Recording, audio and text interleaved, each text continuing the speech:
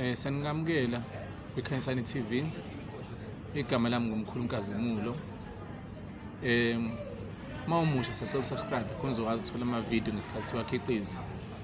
Nganze thongo khona engize ngabo la ukujule kakhulu engibona ukuthi nemanje ngenxa yesimo somnotho oyisona ngikhuluma ekufanele sikukhumbule sizaloko imisamo engafani.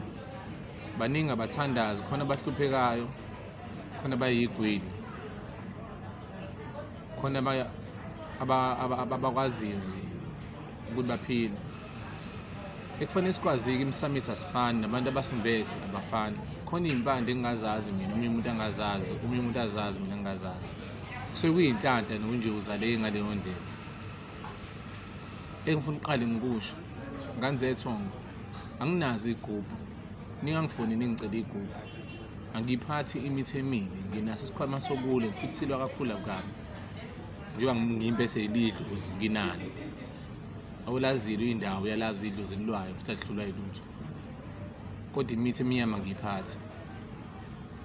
Ngiyangizwa, iy'gubhu anginazo, angizifuni ngoba vele le gubhu umuntu ufika akutshele, kufanele uyakutshela ukuthi asiqale sibheke ukuthi idlozi lakho esingalixhumanisa nalesi gubhu iliphi.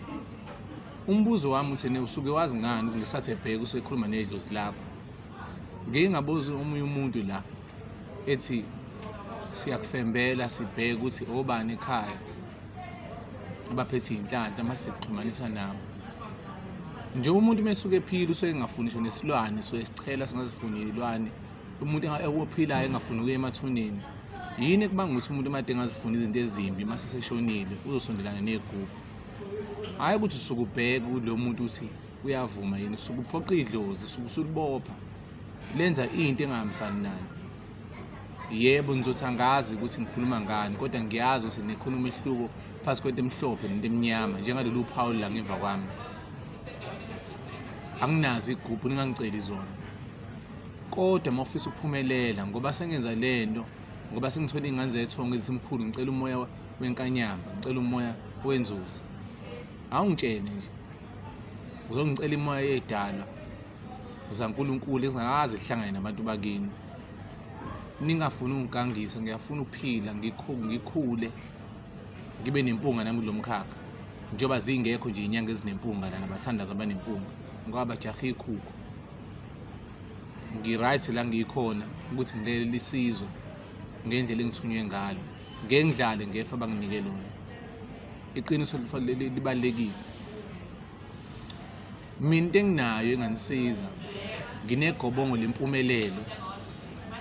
Angiphindi igobongo lempumelelo. Lelo gobongo lelo liye libe ney'mpande ezifika ku-120. Lelo gobongo kulidle inyanga kodwa uzile umuntu esimame inyanga ey'ntathu.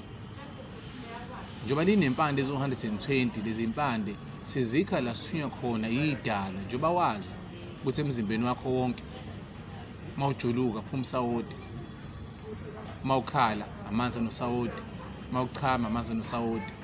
80% emzimbeni wakho amanzi, noma abanye bathi 75.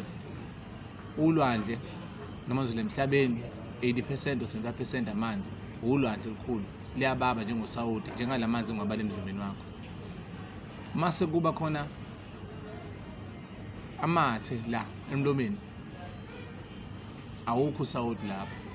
Le imfula ayinayo nayo isawoti. Isikhumba lesi sakhe esimnyama simele umhlabathi, iy'nwele simele iy'hlathi, amathamba amele amatshe lawa emhlabathini. Sixhumene nemvelo. So uma ufuna ukuphumelela fanele uxhumane nemvelo. Sike le mpande sihambe sowulanda ezibeni, olwandle, empophomeni, ehlathini, emgedeni, sicele iy'dalwa ekuyizona eziphatha iy'nhlanhla zisikhelele lezo mpande, ngoba ukwazi ukuyibona ngamehlo. Isikhathi esiningi alihlali phambi kwamehlo, zigujwa phansi. Sicela iy'dalwa ezilapho ukuthi zisiphe lezo mpande, siyazilapha. Abanye beni bazi ngeke ngahamba insuku eziwu-19 ngiyolala entabeni la kade ngithunywe khona. Suke sifuna iy'mpande. Niyazi ukuthi ngesingisi ikhona into ethiwa i-leprechaun. ngicabanga abantu aba-Irish no-Scottish bathi leprechaun. Bakholisa uma ubone lesi sidalwa sikunika ibhodwe eliyigolide ukuthi uphumelele. Zikhona iy'dalwa zemvelo ezisinika iy'mpande, ezisinika izinto zokunenza ukuthi niphumelele. Leli gobongo leli awukwazi ukulenza wedwa, kufanele ulenze ube umuntu oney'ndawo, idlozi lenhlanhla, uyangizwa? Noma usuney'ndawo udinga umuntu oyinzuza. Ngike ngahlala-ke la nomkhulu Shezi, nasibona ey'nsukwini ey'dlule sase-Pretoria, unenzuza ngoba inzuzo ixhumene kakhulu nenkosazana ney'dalwa zamanzi njengey'ndawo.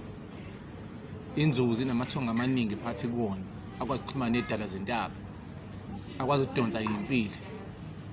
Uma siyocela la makhubalo siziboni ley'dalwa, kwesinye isikhathi ukukhuleka usubonke uzumeke lapho uthi uyavona usubona lathi sinyathela khona isidalwa sokushiyela impande yokuphumelela. La magobongo masiwenza athathe isonto, kodwa manje isiningi esonto liphumelela uma umuntu imali ephelayo makhosi, uma umuntu onezinto ezibambekile noma zivalekile, uma umuntu onamabhizinisi ufuna ukuthi akubhoboka aqhubeke phambili. Ngikhuluma mina ngegobongo lemali, siyalazi thina. Ukhumbule-ke uma udokotela uyawuphatha umuthi, awusho ukuthi wonke umuthi fanele udliwe uwena udokotela, weguli. Ali-cheap leli gobongo, limiswa abantu ababili. Umuntu othi kuwena limiswa uyena yedwa meza kuwena unephutha. Fanele limiswe umuntu oney'ndawo nomuntu onenzuzo. Uyangizwa into engishoyo? Ulidla inyanga, uzila umuntu esimame inyanga ey'ntathu. Ukhuleke ebusuku kusuka ku-12 kuya ku-12, kuya ngokuthi isithunywa sakho sikuphusha ngani, kodwa fanele ukhuleke everyday from usuyothola ngayo. Khona iy'mpande oy'tholayo esikugeza ngazo uma sifika nomuntu wenzuzo, ngoba siza nenhlanhla, siza nemali.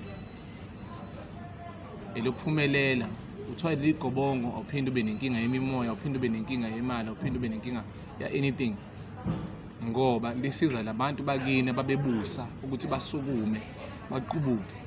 Awukazi uzibuza ukuthi indaba kuhlale kuza labantu ababegqoka amabhayi nalabo bebephatha iy'khwama, babi labo bebephatha umnotho